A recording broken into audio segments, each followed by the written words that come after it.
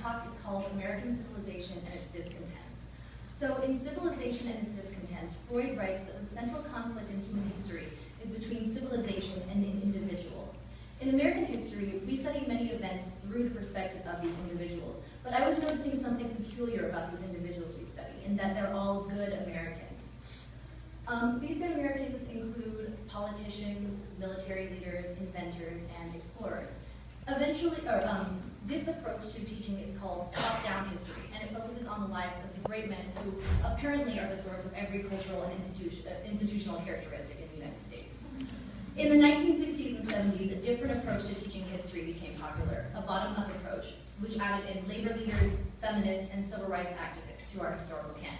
The thing is, these are still good Americans because they share many of the same cultural values and assumptions with the men above them. We're not going to talk about these guys today.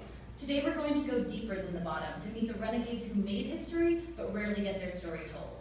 Today we're going to discover the sexual freedoms won by the bad Americans, the prostitutes of the Wild West, shiftless slaves, and brazen homosexuals.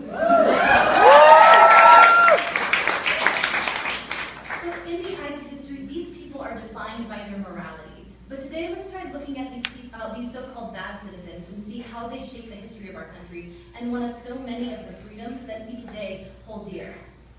So first we're going to talk about sex workers. The historians who created women's history were adamant about removing all instances of bad behavior amongst women. Writers of the 60s and 70s never wrote on the topics of sex and fun and failed to credit the lower class women for heading the consumer revolution. Sex workers are egregiously absent from history books, and beyond their absence is the presence of a moralistic assumption that prostitution is dirty and degrading, and that no mentally sane or economically sound woman would ever make that choice. Prostitutes interviewed in the Wild West, conversely, said that they saw no distinction between their work and the work of others, except for that theirs was easier. They considered themselves business women. I would go one step further and call these women the origin of women's liberation, because they were some of the first to gain access to many of these rights. Of course, these women didn't end up earning these rights through legislative means or by being decent women, so you're not going to see this in textbooks. By the way, my favorite is the last. They felt no shame about doing any of the above. These women were enterprising, generally wealthy, older on average, and shameless about sex. So shameless, in fact, that when a Denver City Council tried to shame all women of ill repute by forcing them by law to wear yellow ribbons on their dresses, the next week they came out into the streets paraded head to toe in yellow. The law was later rescinded. Some prostitutes got into the business because they were idlers. They saw it as a fantastic alternative to domestic servitude for those too idle to work. Others did it for the money.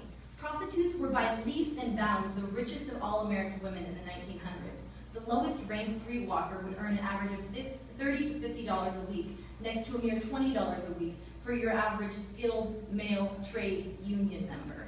The brothels were a whole different story. Ladies had bespoke wardrobes and glimmering jewels, lived in homes with such extravagances as crystal chandeliers and symphony orchestras that greeted customers when they came to the main parlor. Another grand extravagance madams provided for their workers was free health care. That's a big one. Prostitutes won all sorts of freedom for American women. They were able to be non-monogamous, consort with men of any race, use and provide a market for birth control, promote sex as an act free from marriage and procreation, and be the first women to break free from what early feminist scholars would have called a system of female servitude. These women were quite the philanthropists, too. History depicts them as amoral, but they built schools and hospitals and funded irrigation projects and sheltered the homeless.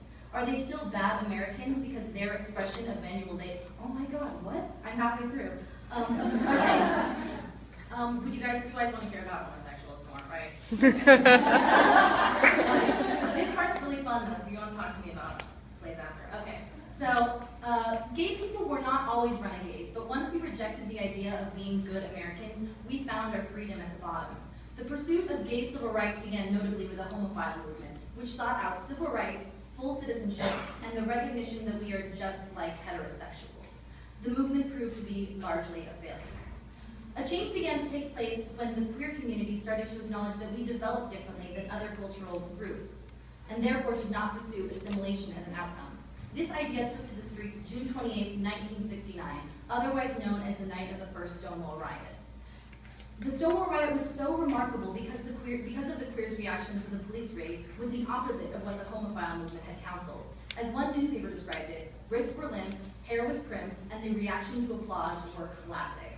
Queens threw shade at officers while lesbians threw bottles and bricks. Patrons turned the entire affair into a ridiculous cat-and-mouse game, supplemented by hilarious chants and even a full-fledged impromptu chorus girl kick line.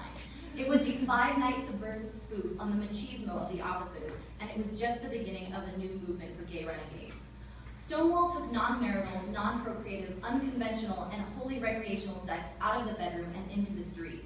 Within years, tens of thousands of women and men were participating in massive coming-out parties. Within 3 years, the APA removed homosexuality from its index of mental disorders and began to acknowledge the existence of androgyny. Within 10 years, we had gay and lesbian studies being taught in schools and the existence of gay pride. And that's just it, isn't it? The homophile movement is all about gay shame. Renegades support gay pride. So where are we now then? Well, I'd say today's marriage equality movement is actually a return to the homophile movement and will effectively end up restricting the freedoms of both queermos and straights alike. Historian Thaddeus Russell argues that the gay marriage movement demands that, in order to gain full acceptance as citizens, its constituents must adopt the cultural norms of the American citizen, and that the destiny for all of us who wish to be healthy is living in a nuclear family. So what can you do? Be a renegade, or don't. I am not arguing that bad Americans should replace good Americans. I'm just trying to highlight that the struggle between the two is what determines the breadth of our personal liberties. The best way for you to fight for the freedoms that you enjoy is by actively pursuing them in a safe and consensual way. Just being yourself, regardless of what mainstream society thinks or prescribes, is a radical act. Seriously, you guys, you do you. Thank you.